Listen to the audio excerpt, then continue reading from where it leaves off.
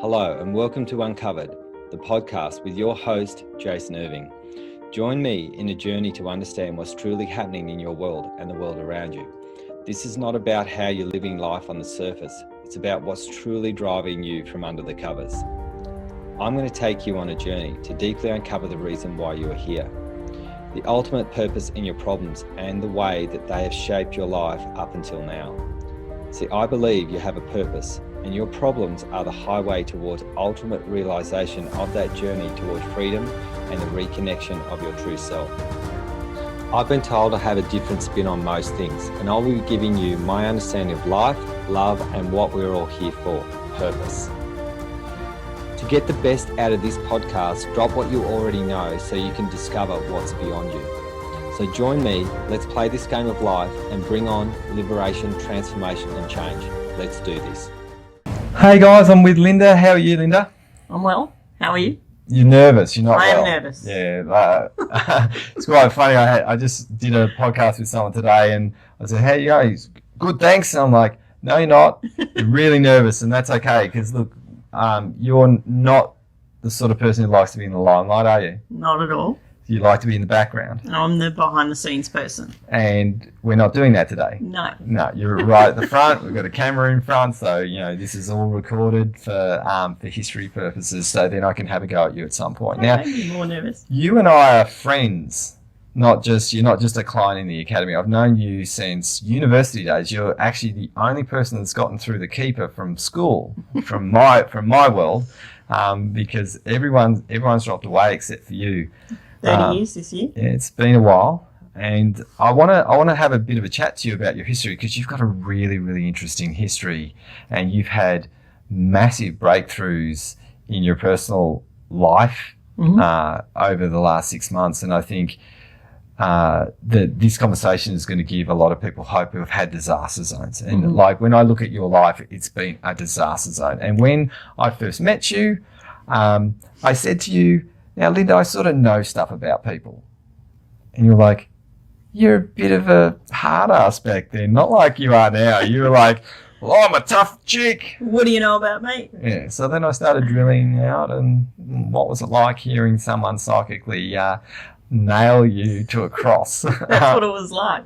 It was really scary because I had hidden stuff, like new start. I'd moved to Canberra to go to uni.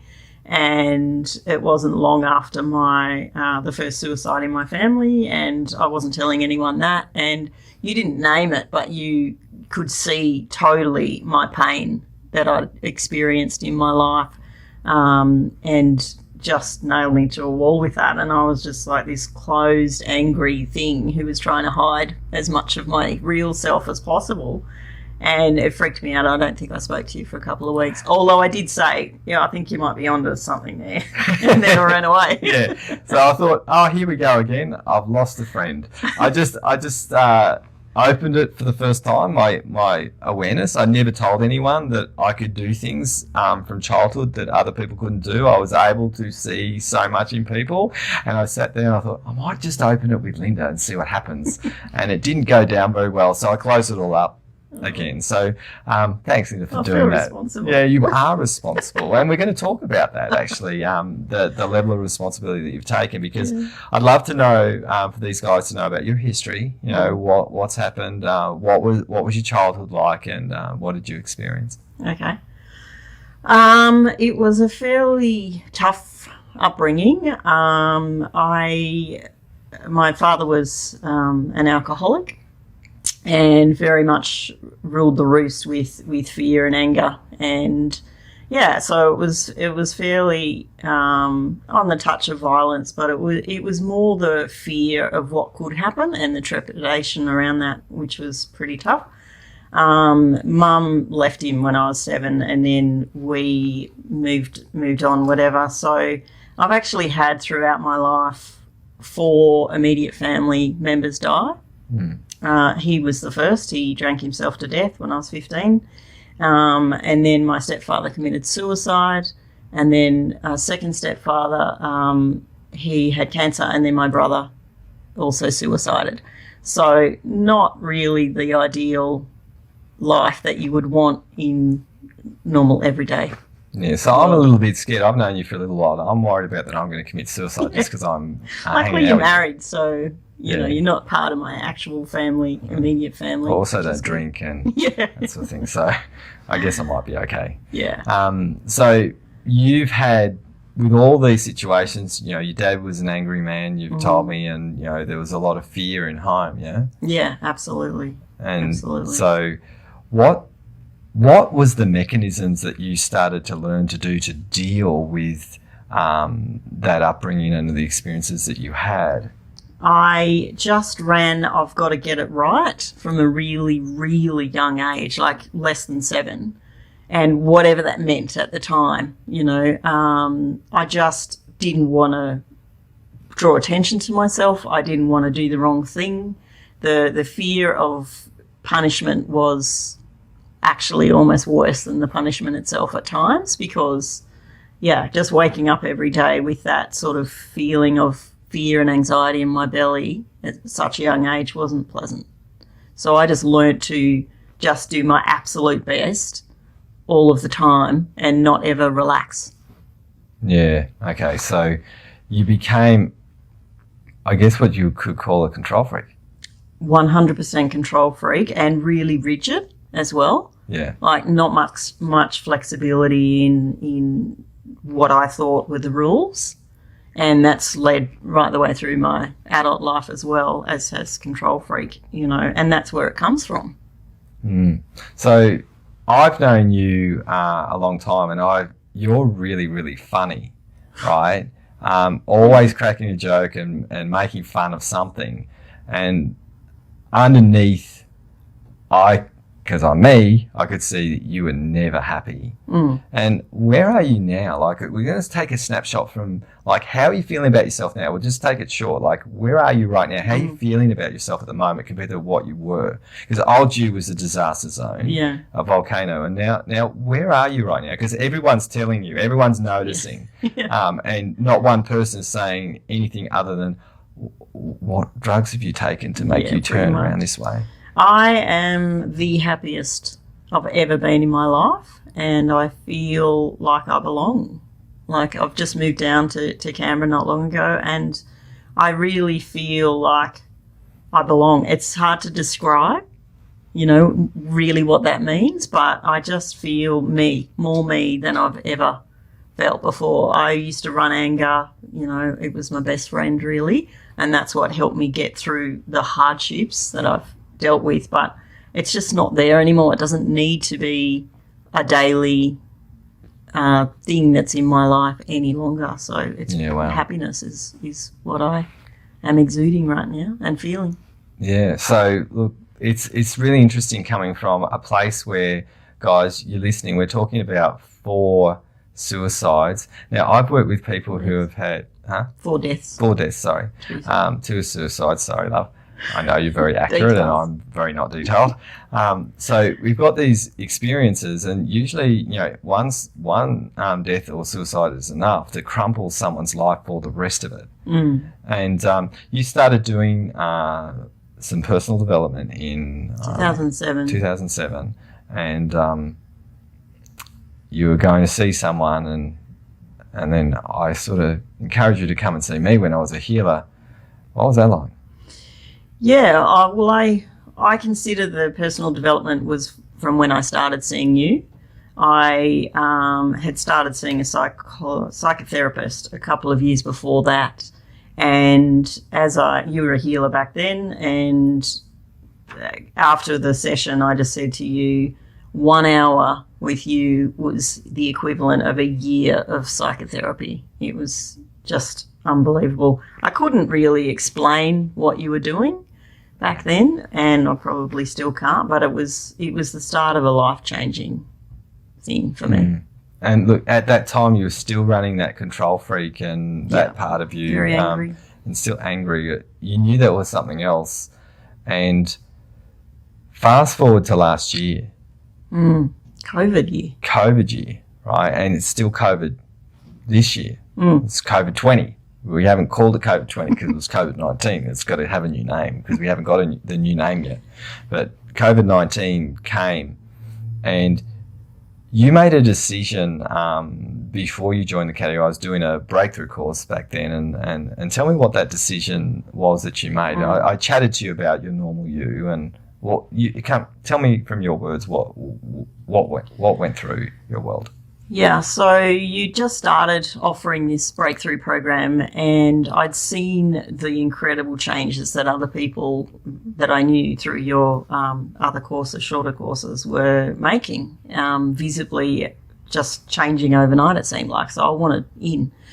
And we started doing the program, and you said to me, you have always learnt through doing the hard way. That's just always been my pattern. Is I change, but I have to experience things the hard way. And if you think about my life, that makes sense, right?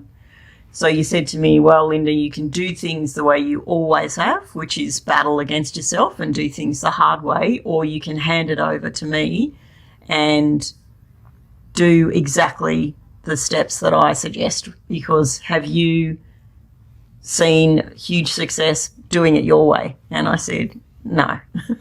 And so I did. I handed it over. The control freak actually handed over the reins to someone that I loved and trusted. And it was... And speaking of that, I know people who are listening probably right now who have handed that trust over and been disappointed, like you would have done that with your partner or your ex-partner and got disappointed. We do that in little bits and pieces sometimes, don't we? Yeah. And we hope that it's going to be different, and then we end up going, hang on, no, not safe.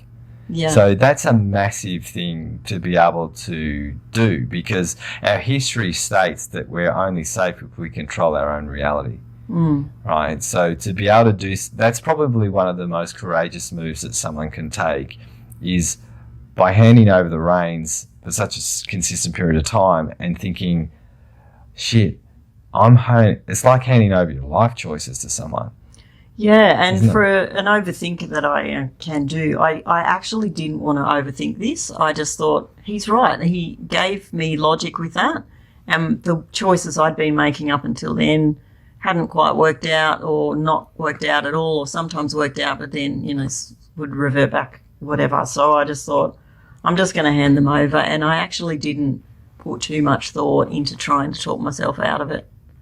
Yeah, which is different. Yeah, very different for me. Okay, so we're going to talk about COVID. Now, you got made redundant.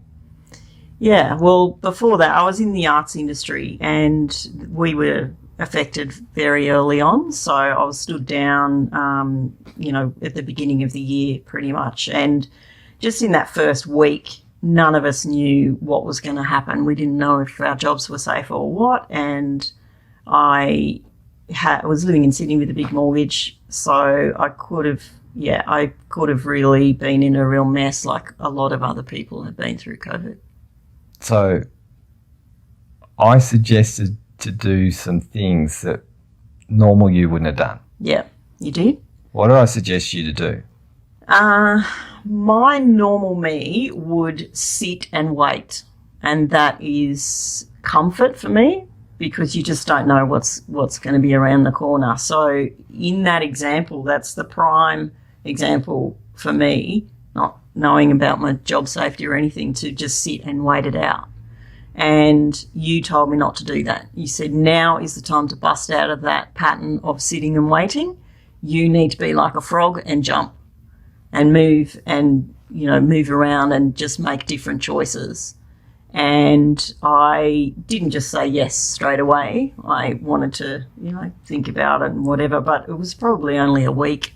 Well, you were actually a bit argy-bargy with me, to be honest. You were like, I'm not going to hand those reins over just so easily, because you basically I had to coerce and convince you a little bit, because you're in this space of going, I need to have this job, because your job was you. That's how you defined yourself. Yeah. And I was telling you to actually not work, and you were like, what? And I was like, Linda, you've worked all your life, do these steps and have some time out. And it was massive for you, because it was a breakdown in your reality, because your identity was that person that was relied upon from childhood, because you learned that if you were going to be relied upon, then you would be safe.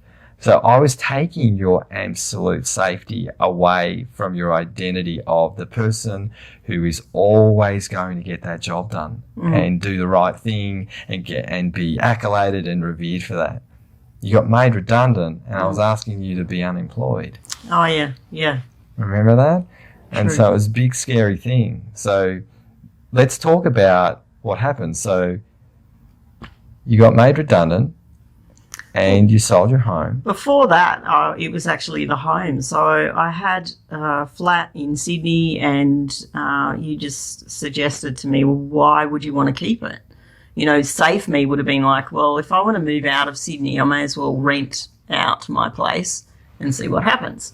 And you suggested that I make a clean break, and you know, Sydney wasn't really doing it for me anymore anyway, and so I did. I sold my place and then moved in down to Canberra just temporarily, not really knowing what I was going to do.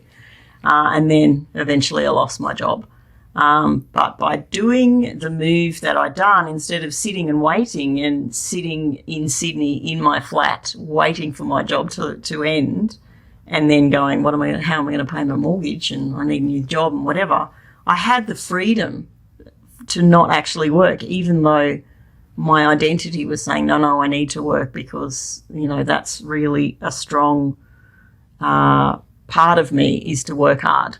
And yes, that's when you were suggesting, well, you don't actually have to work. You're financially free right now because of the choices that you'd made. So talk about that financially free, because people don't know that you're actually a full homeowner now with no mortgage. So in COVID, I've lost my job to redundancy and become debt-free at the same time. So I own my home down here in Canberra, debt-free, money in the bank, still no job, studying, because I picked up studying a degree last year during the stand-down period. And you're annoying, because I was a pass student and I'm trying to force you to get a pass, and you keep getting HDs and distinctions. You are solidly failing me as a friend, by the way. Sorry. I'm so disappointed in the way that you're approaching that degree, just as a side note, so keep going. So COVID took my job but gave me financial freedom. And it's a bizarre concept. Isn't it? And so we have a disaster zone. You trusted the adaptive guy and said, I'm really fast at adapting. When COVID hit, I was just about to be running a big free event. On the Monday, we were in lockdown. So on Monday, I made a decision to make it online, and everyone came online instead. So there was no one here physically. So I just adapted all the stuff that I was doing. I had physical stuff. It was all online. Everything was online. Everything was smooth, and my business was improving.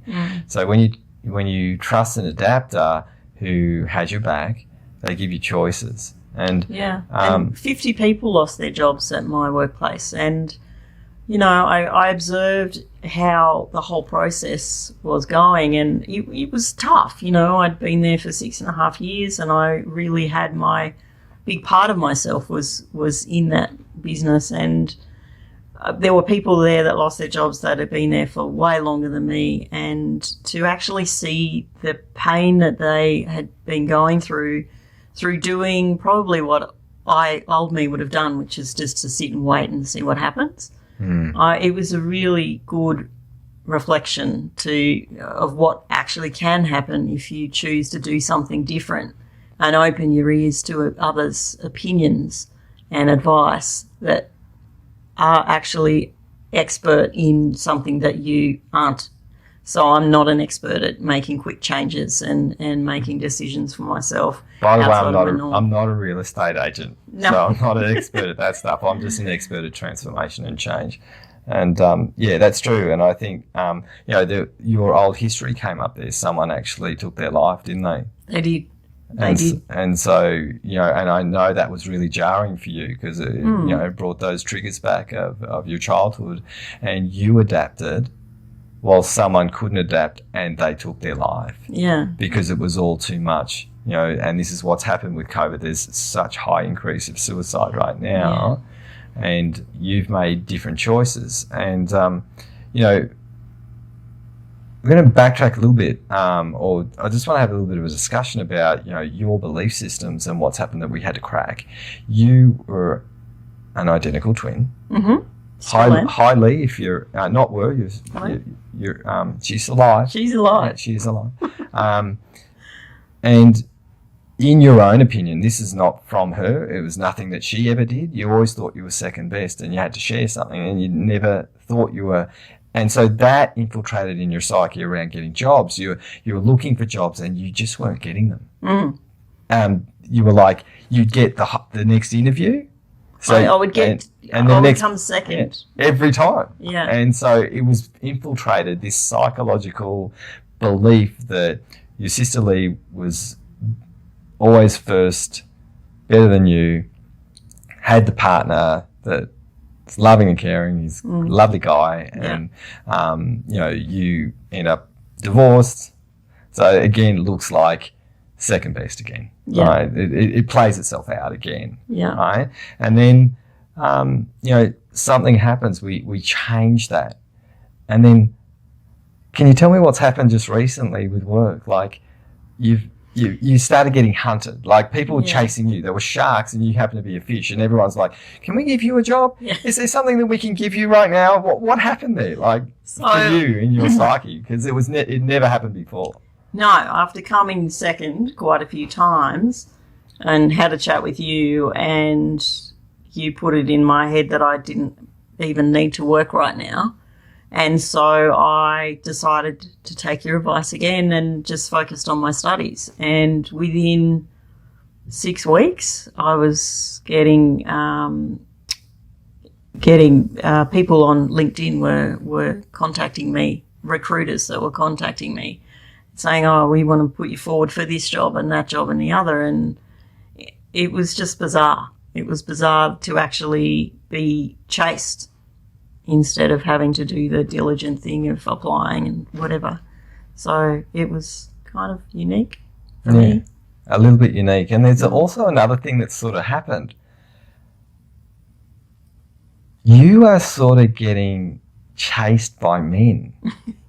And it's a little bit relentless at the moment, and you were always thinking you were going to be second there, and no one was going to pick you in that regard. And now people are opening their window and saying hello to you at the shops. What's happening? What's happened to you?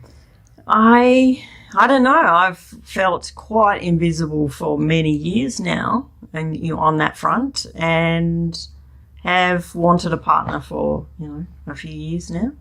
And I through not focusing on it, it's sort of coming to me now, which is, again, it's a bizarre thing.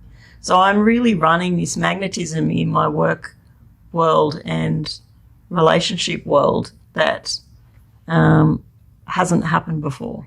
Yeah. And look, can I tell you what I see? Well, like what I see has changed. Yeah. You used to be a no person through rigidity. And when you're given the right advice, you're actually saying yes. Like I said, we're doing a podcast, and you said, okay. Yeah. Instead, it wasn't a yes, it was okay. it wasn't so confident. It wasn't exactly a happy thing. It was just like, you know what? I will go and do this. I will go and stretch myself. I will go and do something that's different. I will start running the opportunity to make decisions that I haven't made before because it's benefiting my life. And one thing that we do in the academy that we run is just like, we are challenging people to step forward into different thought, different train of thought, different way of understanding things, different way of approaching life, and trying new things and being very, very different. And I know our academy is nothing like anything that exists in the world right now. I know that, and I'm really looking forward to exposing this. This is my stretch too, to expose myself, because I used to be the healer who hid in a room and didn't want anyone to know what I was doing. And to stretch myself and share my magic is not my normal thing to do. So I'm doing the very thing that that I hope all the Academy members will do as well. Stretch yourself to the zone of the unknown. And, so when you get into that place where you're making decisions to do something different and make a contribution to your own life, what do you think that is going to feel and do for the rest of your life, Linda? Like, we're talking about a situation, like, one thing I want to hand to you guys, like, Linda, you're a back end person, right? Yep. So some people don't ever want to make something big and do things, right? The Academy fits so many types of people, doesn't it? Yeah. Now,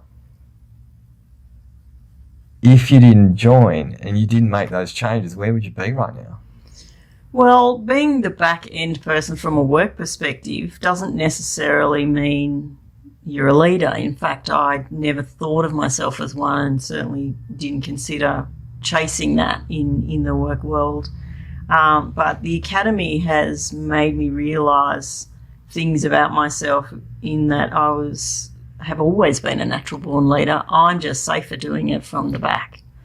Now I can see clearly the gifts that I have in that sort of leadership capability, and I'm not chaining myself any longer with, I think it was the fear of responsibility that was holding me back, of wanting to be responsible for leading other people, even though I was doing it anyway, just not getting the recognition for it. You just didn't have the label. Yeah, right? Exactly. And I think independence too, and what you were saying, my rigidity, the Academy helps you to really understand who you are, what you are, and why you are.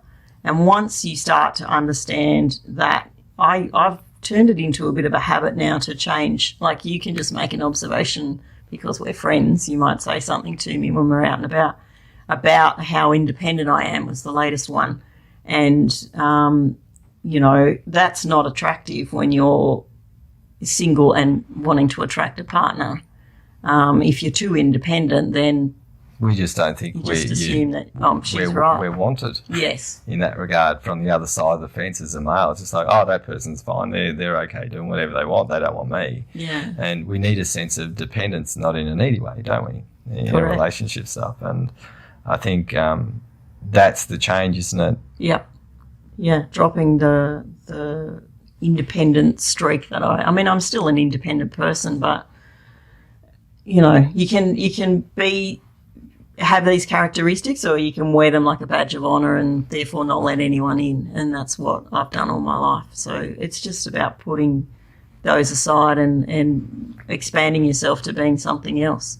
So that something else might be a leader in the front, maybe in the future, if you might take my advice at some stage down the track. Because one of the things that I do is I'm a stretchy guy. I put people in positions that make them feel a little bit uncomfortable until they become comfortable at them. And Linda, I cherish our friendship first and foremost in lots of ways, because you've encouraged and accepted me for where I tell you the hard stuff, and it's going, okay, this guy really cares. He's telling me the stuff that no one ever says. So that's why I don't have that many friends, because people can't handle me a lot of the time. Yeah. And sometimes I've apologised to you for being and you've said to me, thank you so much for actually being that person who is willing to, because that's what I think a true friend should be. And quite often we want to pat someone on the back and say they're there, instead of telling them the truth about why, how, and what. People are doing what they're doing. This is what I do for everyone in the Academy, help people shine the light on the things that they're doing that's not attractive to themselves or the world. Yeah. Like personal development, it's not an easy, cosy ride. It's not a picnic. It's not. It's about uncovering the things for yourself that you had no idea that you were, or were living that way, or choosing, the choices that you make in the world. So when someone shines a torch on those things, that's the challenge in personal development, is to just not take it personally, and that's what we learn in the Academy. And have the choice then, what are you going to do about it? You can either stay the same or you can change. Yeah, that's right. And really want to thank you for jumping on this podcast today. Well done. You did good. And look, if you want to see this podcast and you want to see an ugly mug and a pretty lady, she's available at the moment, probably not for long, so just mugging around. All right, so the website for the podcast is www.wellnessbreakthroughacademypodcast.com, and if you really like this this podcast, please, I'd love it if you could like and review it just so it gets bumped up. One thing I want to be able to do is share liberation in the world in so many facets, in so many ways. And if you're that person who wants to make a contribution, find out what the Academy is all about, because you might be that person who ends up becoming like Linda, who's wanted in the world, who is a massive contributor in the world. She always has been. She's just been doing it in the background. If you want to be that person who wants something different in your life, I know what we do is different, and I know 100% I can guarantee you will have a different look on life. 100% guaranteed. Hey, Linda. Yeah, absolutely. So thank you so much for listening, guys, and thanks, Linda.